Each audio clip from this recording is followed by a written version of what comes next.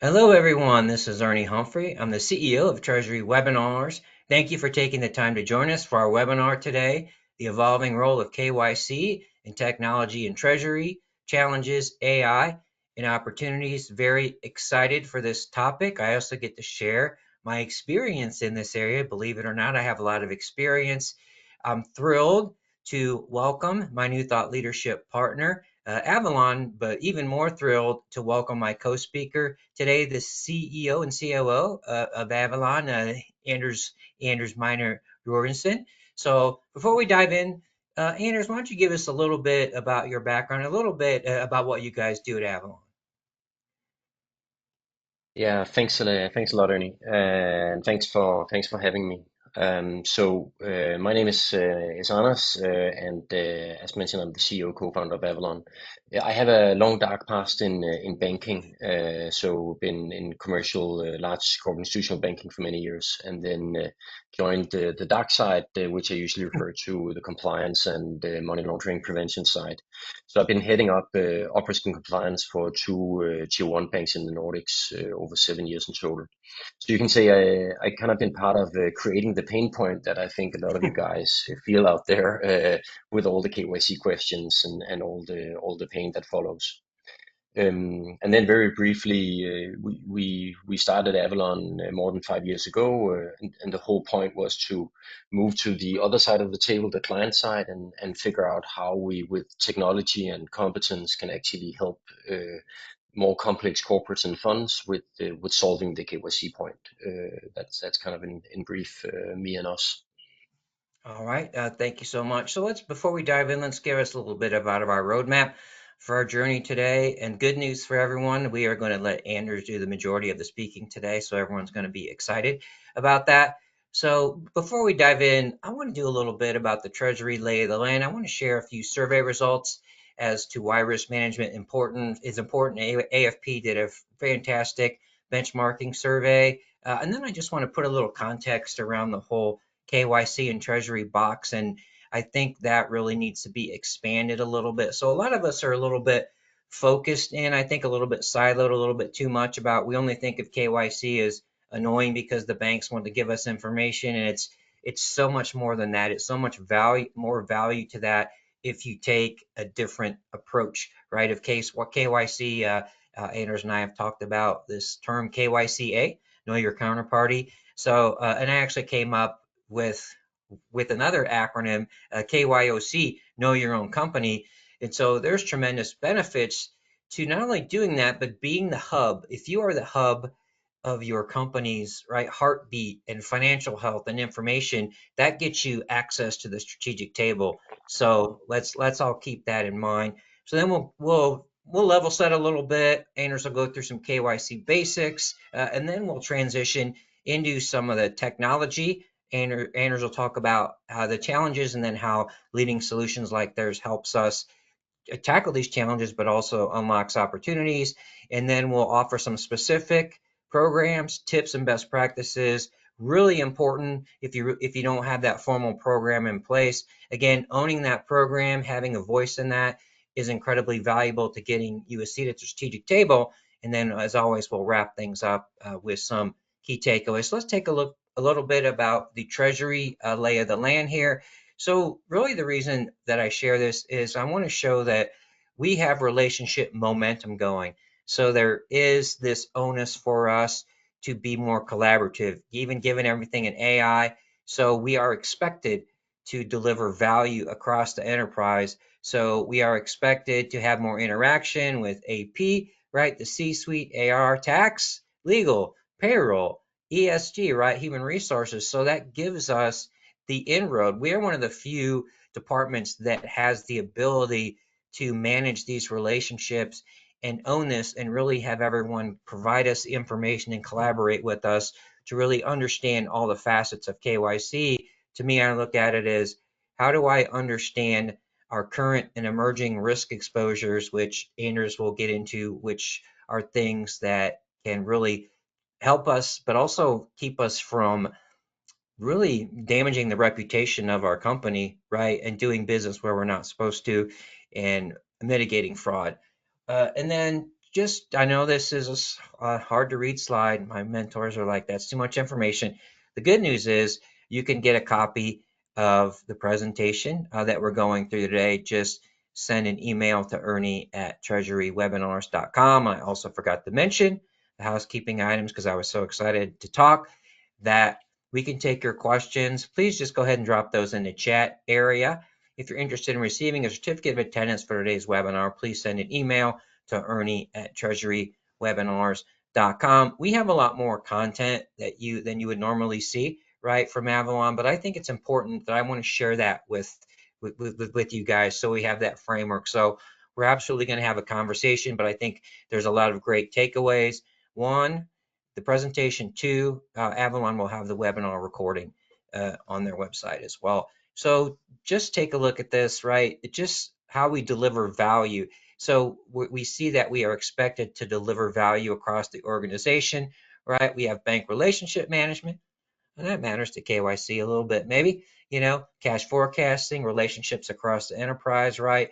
We have communication skills, we have financial modeling. So what we see is technology is important, but our human and soft skills are very important.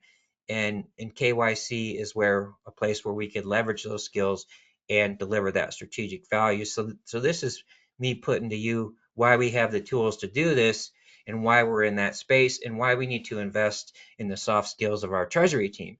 So let me take a look about the dimensions of how I like to look at KYC. So I like to look at it as the hub of know your own company information. Part of the reason I have this view is that I used to manage global insurance.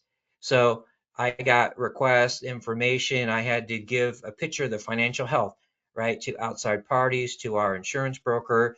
And then also I had to maintain the company information as we run through mergers and acquisitions back in the day. M&A, we had these secret data rooms where we passed information back and forth. I can't remember what the name of it was because I date myself. Talk about extremely painful. So there was no way, not only for us to hone our own information, but how did we share that, right? How did we collaborate? We'll talk about this. Obviously, very manual, very painful, and I think there's two sides of the coin here that we need to look at as a responder to KYC requests, right? We may be siloed into maybe the box of only from our banks, right? But we also may be getting requests from our customers, right? And also maybe M&A. So there are ways for us to be a responder. So that's important on that side. But also as a requester, let's take a look at it as know your counterparty, right? Maybe we want information on our banks, their counterparties, our customers, our suppliers, M&A. So there are all these areas that being efficient in KYC is going to offer us value. Again, identify, monitor, manage, and own your risk and communicate that to the C-suite. I've done some survey results, and when I've seen companies identify themselves as having a seat at their strategic table, guess what? The reason that they're invited is usually related to risk and risk mitigation. It's not what we all might think of it. So let's keep that in mind as treasury professionals. So let me go ahead and I just want to level set a little bit about your kind of purview here. Let me go ahead and launch our first polling question here. So just curious if you'd share with us in which areas are you involved in collecting or managing KYC information? Is it just information that please select all that apply? Is it information to the banks, providing information to banks and other counterparties, requesting information, providing information internally beyond Treasury, and maybe it is none of the above.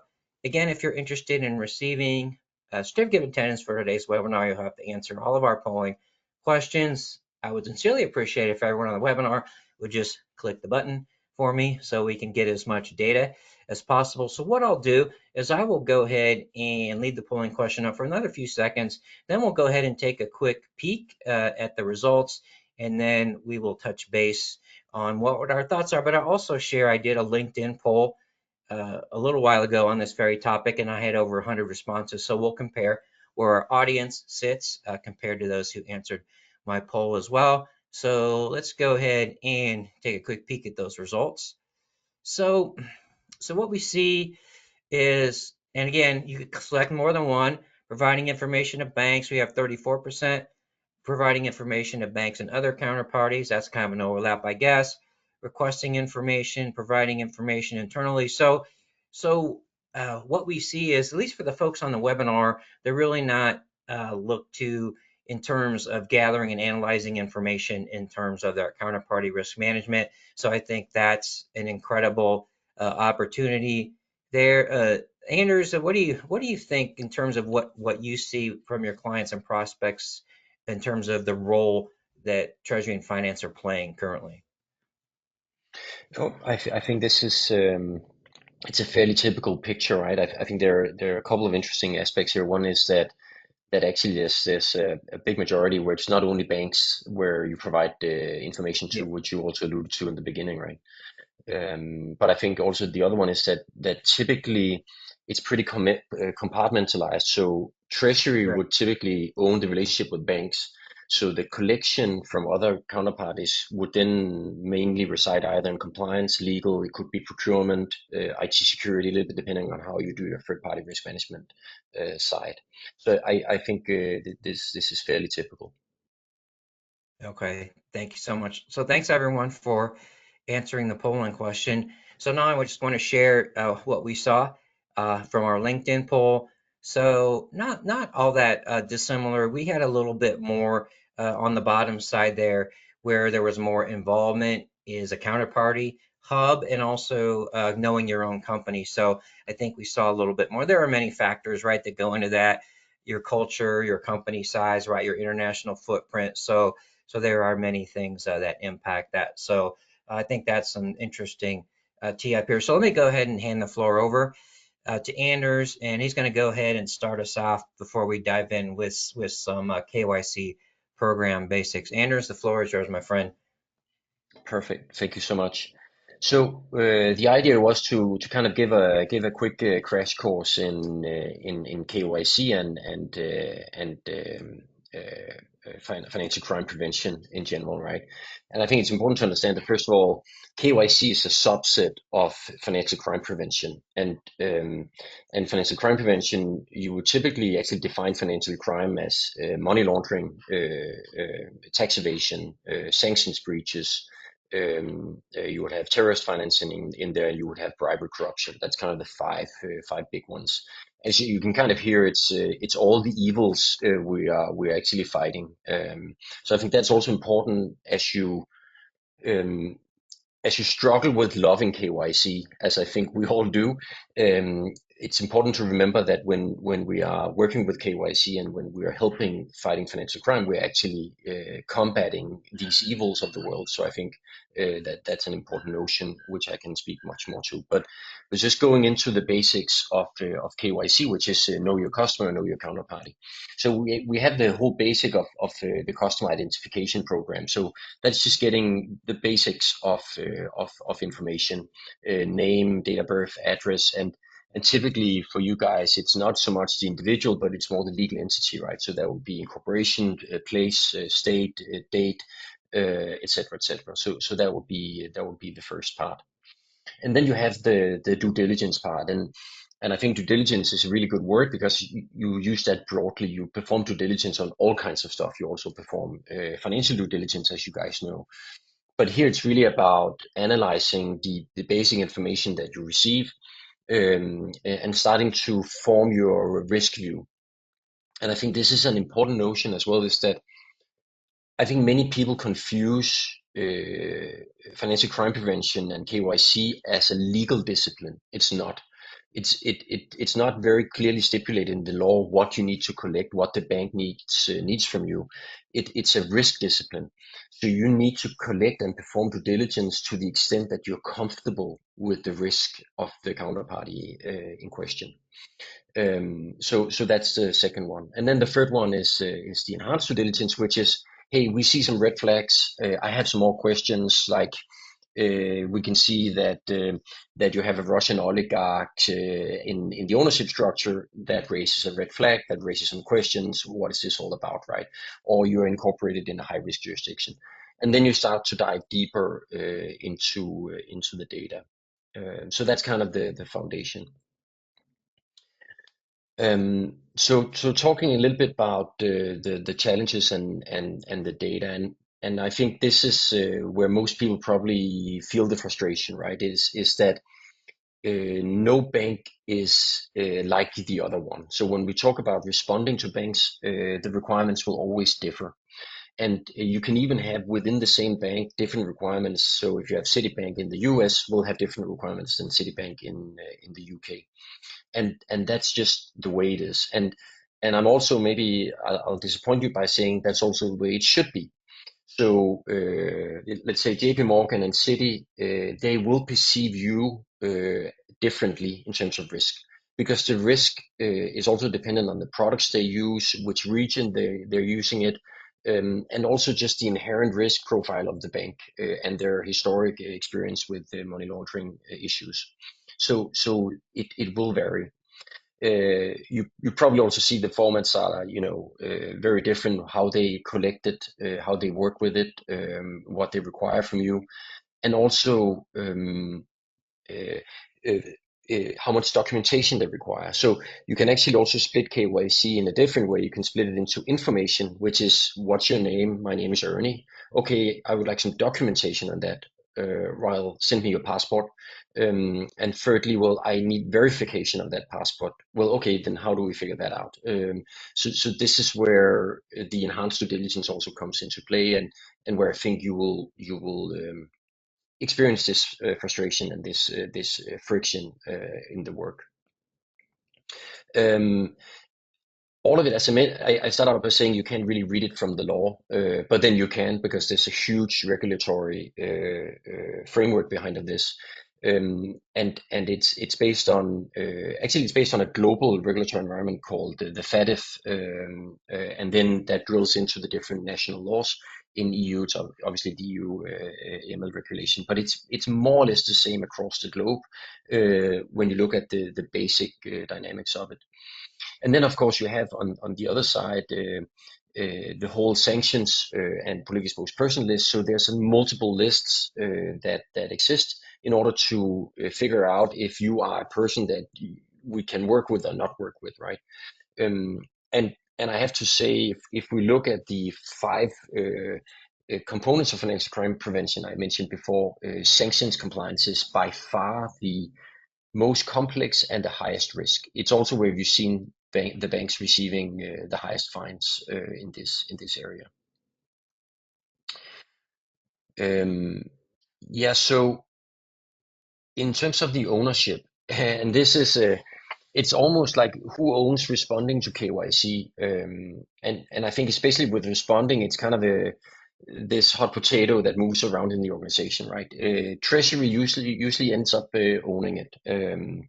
And that's just because of the bank relationship management. You also showed it before on the slide, Ernie, that 78% it had was a significant extent in terms of bank relationship management. So when you think about treasury, it's about the relationship with banks. And then people say, well, it's the banks asking for KYC, thereby you guys own it, right?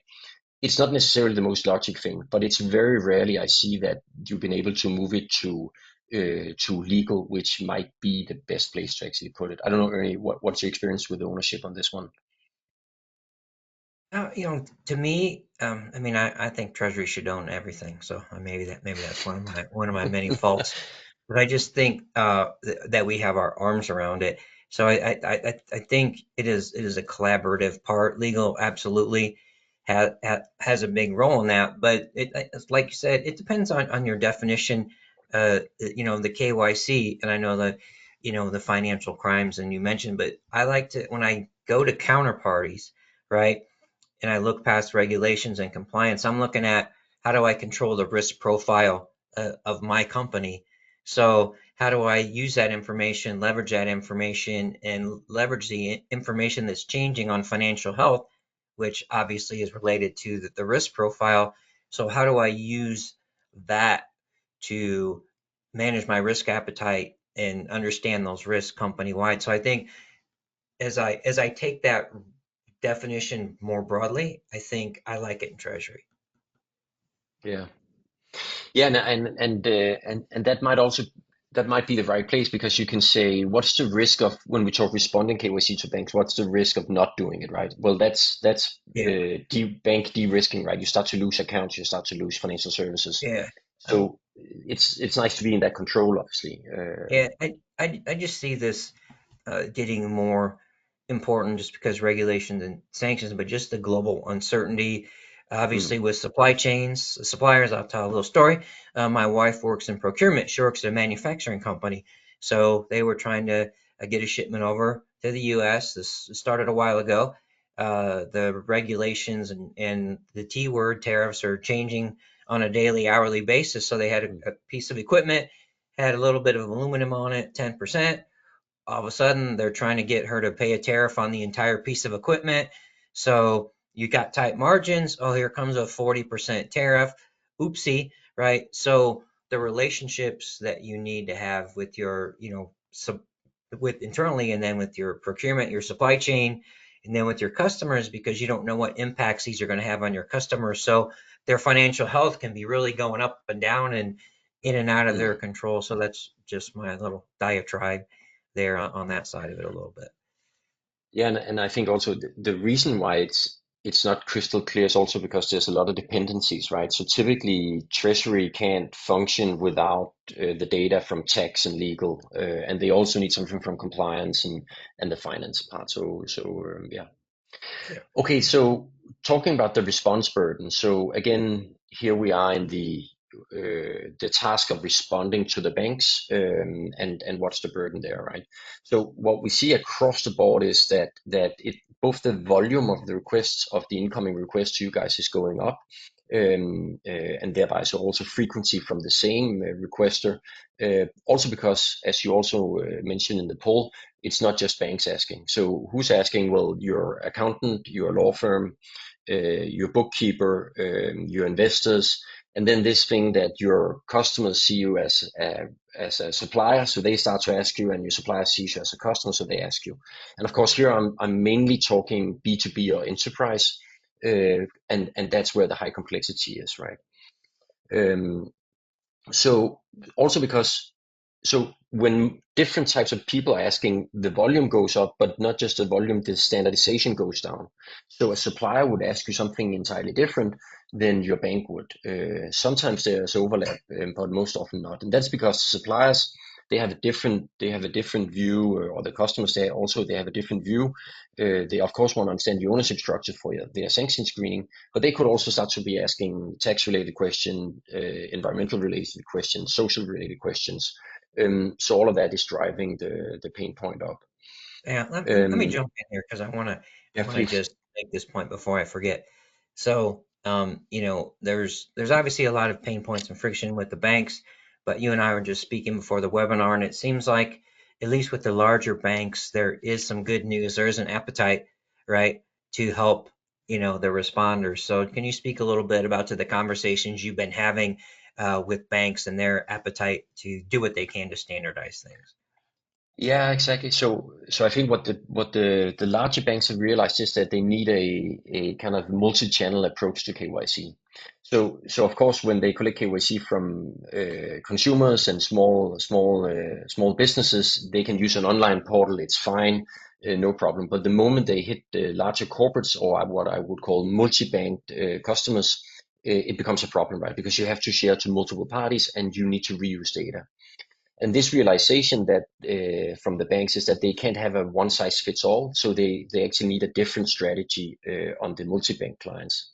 And those conversations we have is both either they are contemplating using like the Avallone platform for the outreach, thereby making it easier, but actually also offering their clients the platform so they can actually share with multiple banks at one time. Um, so I think if we go back a few years, there was maybe a little bit naive thought that we could get the banks to align on the standards. So, and that's a great idea, right? Can we just get the banks to agree what to ask? That would be easy. But most people have given up on that. Back to my point from before, that the banks needs to ask different questions. But now we have technology, and technology, there's a big opportunity to actually help with that challenge, right? That you can reuse data when they ask the same, and then you can have your own data points for those that ask that specific question from you, right? So I think just a realization from the banks that they need to do something differently is a huge step. I think that's a great good transition to, where we're talking. We've talked about, the complications, the pain points, and then just as we start to dive in a little bit about how the technology helps. So why don't you give us a little bit, just a little color around kind of the bottom bullet there, a little bit Yeah. about and then I'll let you dive in a little bit more about how things actually work. Yeah, so of course you can deploy technology across many ways, and I think what people use today is a combination of emails and Excel sheets and SharePoints, right? And people do the best they can, right? But it's just very difficult to scale. So what we built is a platform where you have all your data and documents in one place. You collaborate across the teams we mentioned before. So this means that legal can go in and update their legal entity structure. They can put in the right documents. They can create the ultimate beneficial owners and officers. And you have all those documents, sensitive and non-sensitive, in there. And then you can share all of these documents with the banks. That in itself is not complex to build, but what's complex to build is the questionnaire engine. So you need to be able to answer any questionnaire coming at you. And this is where we are helped with the technology and specifically large language models and AI. So by simply it's not, but by looking into your past responses across your banks, it can actually with pretty high certainty give you a proposal for an answer. And this is what's driving people crazy, right? Okay, you have a full-time job working in treasury with cash forecasting, whatever it is, and now you get to answer for the 17th time, what's your business model, right? To a bank, by the way, whom you've been customer of for 10 years, right? That's what drives people crazy. And this is where we need technology to help to say, hey, listen, you've answered this before. We have a comprehensive reply, and we'll inject that into the questionnaire. And then all of this is, of course, shared securely. So this means, so what is Avallone? We are, at our core, we are a technology company. And we, in the technology, work on these two distinct things. One is what we've spoken mostly about today, which is the KYC responder. So how do we help banks and others respond? But we also have the KYC collect and screening. How do we also help the same customers collect KYC from their vendors or suppliers, and customers and investors, and perform the screening? And thereby we can actually help the clients have one tool where they have all their KYC. And an important notion about your own collection. So making sure your third party risk management is under control, making sure that your suppliers is someone you like to work with. If you are in control of that, that also reduces the risk for the bank. So this means the better you are at your own risk management, the more comfortable the bank is and the less exposed you will be for scrutiny, right? And then in the middle, it sounds easy to, hey, yeah, we just share our legal entity structure and our documents, but actually in order to do that, we had to create a full legal entity management system in the core, which we call the hub, which is what you beautifully adopt, Ernie, know your own company, right? Because just knowing, as soon as you have 25, 30, 50 legal entities and up, you need some tools to help you navigate who owns this company, who are the ultimate beneficial owners. So that's of course in the core. Yeah, The and let final me let part, me jump in here yeah, for a please. second. What is fascinating to me is share my little treasury stories with you. So, I mean, the legal entity management is a beast in and of itself. So we in Treasury should be charged with managing our capital structure, right? And even having our arms around that is incredibly difficult without having one place to go. And then just trying to get the information for, all the boards and all those things. We all have stories about finding people that are on bank accounts and boards that are no longer with us. And so just those are tremendous pain points. But then the good news is once you have your arms around it, right, it's the gift that keeps on giving. So you're not starting over. You know what kind of requests you're going to get. I can't imagine the questions CFOs are getting right now, right? With all the things going on, the risk going on. And as I do a better job of getting more treasury people on here, you're going to get asked, what are you doing with KYC? Why aren't we doing this? Why aren't we having a holistic view? So that, and then the document management piece, but then the sharing tool and other treasury stories like internal audit, right? External audit, Mm. insurance broker, anybody else and not having to spend days, I'd say, reassembling the same wheel. And then the flexibility with policy creation. You might want to jump in there because I think that's really cool. Yeah, so the last part was we kind of realized, or that's a good thing with customers. They reminded us that you don't wake up in the morning to buy software. You wake up in the morning to solve a problem, right? And sometimes solving a problem actually requires either people to help you run the process or people to help you design the framework. So we also have a managed service and advisory arm where we actually, again, our core software, but if we can help people run that software more efficiently by helping them creating the policies and running the process, we also do that.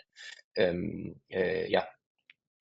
So this slide is it's a super consultancy slide, so I apologize upfront for that, right? But but that's really how we see the solution and also what we're trying to achieve. So instead of you have all of these companies on one side, all of these responders on one side, and you as a company, you're both a responder and a collector. Remember that, right? But you have all of these sending out requests for the data and receiving requests for data, and then sending that data in all of these many webs. The whole efficiency in it is that, well, you have one platform where you can actually collect from multiple people and share to multiple people or entities in this case. And this, I think, is also the way to drive standardization, right? Because if you start to get an idea of what is the standard, it's easier to actually standardize, right? So this slide kind of shows what is it that the technology does, right? And it's all about having all your data in one place. And it sounds like something horrible in terms of implementation, but it's actually not. But it's having one source of truth, know your own company, as mentioned before, that you can actually then maintain, and especially collaborate as a team, because it's not a one person effort. It's something you need the entire team to help you keep updated, right? And then of course being able to share it. No, I think that's good, Ernie. And let me go ahead and jump in here and give you a little break. I'm going to go ahead and I want to just get a little level set for the tech uh, that people are using. Really interested to see if you'd share with us what your primary tool you use for managing KYC related information. Is it Excel? Is it an information management tool? Any BI tool? Just another tool? It may be a specific KYC related solution, and maybe none. And I wrote an article about VC funds, and so they actually outsource this. So maybe that's something that you might be doing, or you don't know. And so everyone knows me. Homework, right? It's a good idea for you to find out. And again, it's a strategic opportunity, right, for Treasury professionals to have conversations, earn that seat at the strategic table, and really become someone that's helping the company not only impact the bottom line, but do so consistent with the risk tolerance of your organization, which is incredibly important to not only C-suite, but the board. And if you're a publicly traded company, your shareholders. So I'm going to go ahead and leave the polling question up for another few seconds. Go ahead, everyone. It'll just take a second. I know it's painful to push the button, but let's go ahead. It's past basketball season, but I'll give you a countdown. All right. And then we'll take a quick look at the results, and then we'll get into, as we always love to do, practical advice, right? If you don't have one or make your program better, what are some tips and actionable things that you can do right after the webinar besides have conversations? 21% of you need to have conversation the next couple of days and find out, right, how you guys are managing this. It's really important. Okay, let's go ahead and see, I took a little seconds. I got the percentage to jump way up to 88%. So give myself a little pat on the back. All right, let's go ahead and take a look here. Not overly surprised. The people that are using a tool are using Excel, and then there's maybe one or two that are using some sort of solution, and it doesn't look like we had that outsourcing in any manner just yet. I think I know the answer, but anything surprising to you here at all? No, no, absolutely not. It's what we Yeah, typically see. Excel, Outlook, SharePoint. That's it. yeah. Okay, now before we move on, this slide. I'm no design pro, but I took a lot of time to design this amazing slide. So there's a lot of slides coming up, but it's more that you have this on the back side, right? These are tips and best practices from a blog on Avallone. So they have a lot of great content. I forgot to mention that. Go to their website. They have some webinar recordings, and I'm going to be working with them to create even more thought leadership content and put this in our Treasury lens for us. So I'm going to go ahead and let Anders just kind of walk through some tips and best practices for us. Perfect. Thanks, Ernie. So I think just kicking off with the first one, and I think I can say that at all 10 of them, I could start with saying, just get started. And I think this is coming from big organizations myself, and now I'm so happy to be able to run my own company. Often large organizations they wait too long to actually get started. They want to do the perfect solution, but it's just about get going. Rather improve 30% tomorrow than waiting 2 years to improve 90% or 80%. It makes no sense. So simply just get started with improving it. And I think that's also the agile way of doing it, because the moment you get started, you learn some stuff. And I think you almost can't fail in this. Of course, if you start to reply wrong answers to questions on sanctions, that would be stupid. But that's not what we're talking about. We're talking about just getting started in terms of building the framework and using technology, right? Culture super important, and I think culture is sometimes such a broad word that we actually don't understand what we mean, right? But of course, culture is one thing. I briefly touched on it in the beginning, which is start by making sure your team understands the importance of this. Why is it important to do this the right way? And actually, maybe spend those few minutes, and you can also read it on our blog, like what are we actually fighting when we are solving these boring tasks with KYC. It might also actually make the day better for your team and yourself. But then the other big part, which I think is hidden in the culture, is competence. Just start to educate yourself and your team. Might be reading a little bit, might be taking a one-day course. What is this about? Because often we make the wrong decisions not because of culture, but because of we just don't know enough. We didn't know better. So super important. But it starts from the top. It always does. That someone has to say from the top, this is important. We need to do it, and then the rest becomes much easier. Then, of course, the regulatory environment, and this is both. And here you can get help from your friends at legal, right? This is understanding what is our exposure in terms of regulations, but also just remembering that it's not just what's written in the law; it's also what I would call soft regulations. What is the expectations from your counterparties? What does the bank expect from you, right? So if you start to look down in your loan agreements, the banks have pretty high expectations on you in terms of how do you perform in sanctions regulations, how do you perform on bribery, corruptions regulations, etc., etc. So these are important things. And then even if you don't break a single line of law or terms and conditions, you can still be hit on your reputation. So if you do dealings, or if you engage with the wrong partner, the wrong counterparty, and it comes out in the newspaper, you're game over, at least for a while. So also remember the non-regulatory parts of the risk, right? Then framework and policies, and I also written a piece about how boring it is. Just when you say framework and policy, you almost die inside, right? But again, coming back to number one, you can get started on this very, very quickly. Sometimes a policy is starting out by writing a one-pager. Hey, how do we as a company work with KYC? What is actually our policy in terms of KYC on counterparties, and what do we actually do on sanction screening? Why don't we write what we're doing today down? And then we can start to discuss if that's too much or too little, right? And then starting from the top, when you start with an overall policy, is basically getting an ownership, maybe further up in the organization who owns that policy. Then you can start to work on your processes and describe these standard operating procedures and guidelines. And that's where you start to enhance the process and the output, I think.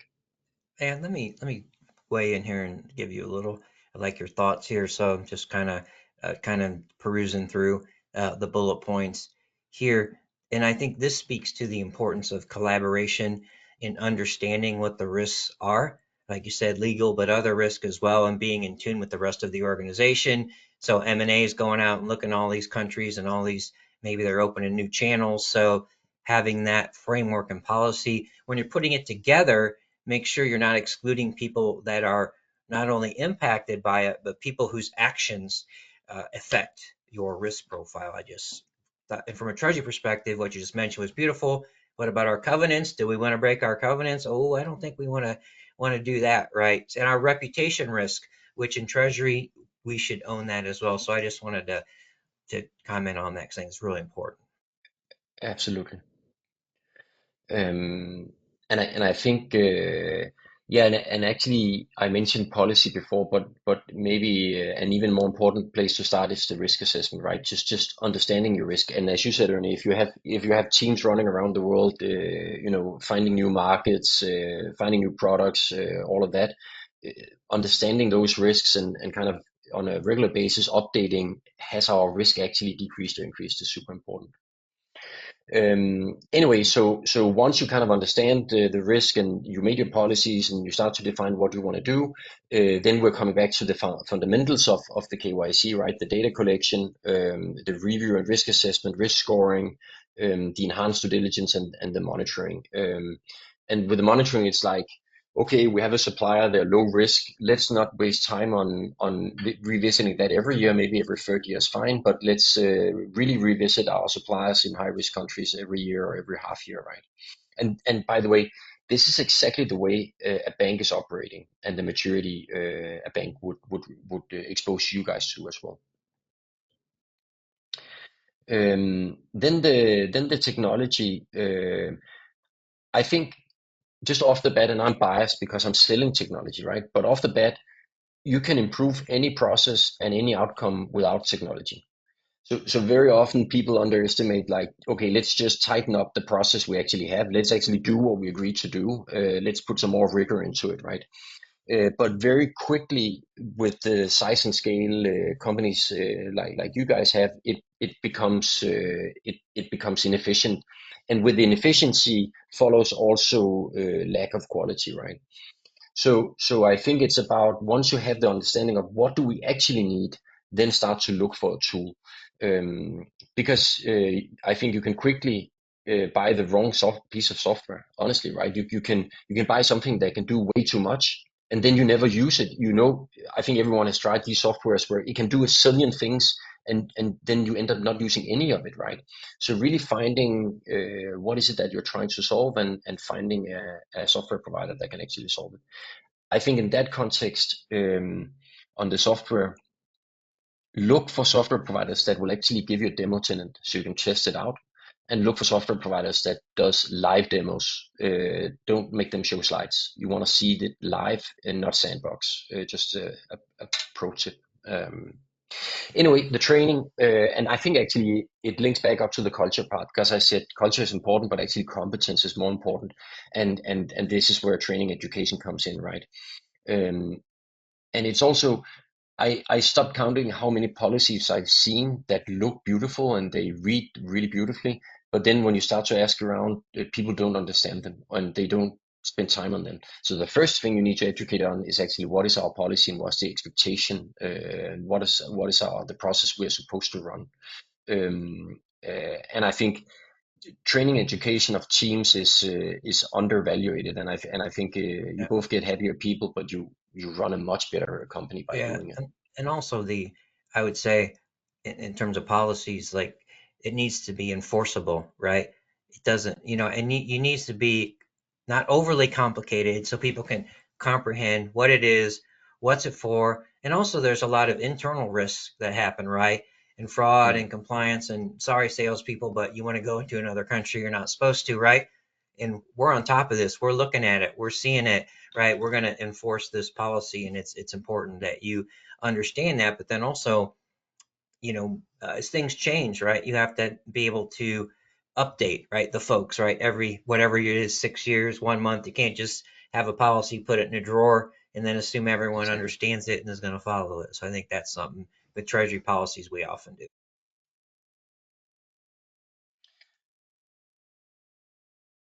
Yeah, and then escalation policy and or escalation guidelines, right? So uh, I think this is probably the most important thing that the banks have learned, which is called risk-based approach. So what I mentioned before, don't spend time on low risk, but spend time on high risk.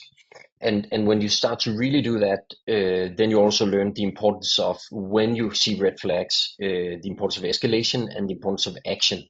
Um, and remember, risk management. The word risk management actually means resource allocation. So because if you try to solve and mitigate each and every risk you have in your company, you will simply die. You won't have resources to do sales and build a product, and then there's no reason for you to exist, right? So risk management is allocating your resources to the highest risk, and mitigating that. And that's a dynamic thing, of obviously, right? But then if you're able to do that, then you also need to be able to escalate.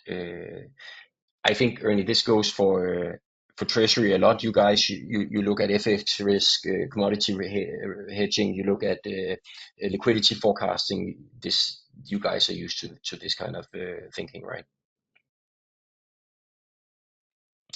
And then finally, record keeping. So um, again, banks learned this the hard way, and I think this maturity is quickly coming to the corporates as well. So you need record keeping. You need a log of what's going on, and you need it to both be able to prove it to auditors, regulators if you're under regulation, but also just we see an increasing trend of board members and officers that are saying, like your CFO is saying, hey, listen, guys. You have my passport in Treasury. Who did you share this with the last 6 months? And everyone's like, we don't know a lot, right? So because of the complexity in regulation is going up, especially also in data protection, so is people's expectations of transparency, right? So Right. record keeping is super important internally. Yeah, I just want to kind of add a little entertainment. So, trying to get passports from executives is really fun. I think everyone should do it every day. So, as you said, we need to be able to communicate to them that it's secure and how it's secure and where it's being stored. And so that's our overall governance. But I could talk for 2 hours on fun. I've had chasing people around for passports and trying to explain to them why they need that. So thank you very much for taking us through. Oh, wait, one more. We already touched on this. Give us a little bit about the importance of continuous Yeah, improvement and the feedback loop that I think we don't often yeah. utilize. Yeah, and I think again, this slide could go for any discipline with a company, but also specifically in treasury, right? I mean, you won't if you start fast, as mentioned in number one, right? You are not going to be perfect in the first attempt. So just reviewing and improving the process in general is super important, and then you mature over time, right? So if you're okay with starting at 30%, just getting started is important, but then you also need to be okay with getting it up to 80, 90, or 100% performance over time, however much time this takes. So super important to run Yeah, that improvement loop. yeah, I like the framework too. It's kind of goes alongside this. It's like, okay, you need to take that look in the mirror, honest look in the mirror, right? Where are you, right? As bad as it is, or however messed it, and then this is where we want to be, right? But then you eliminate those internal hurdles, I call them. So maybe it's the culture, maybe it's silos, maybe it's things. And then that mountain to get where you want to go kind of goes down. And then once you put technology on that, then it really, okay, now we can get our arms around this and really do some good work here. Exactly.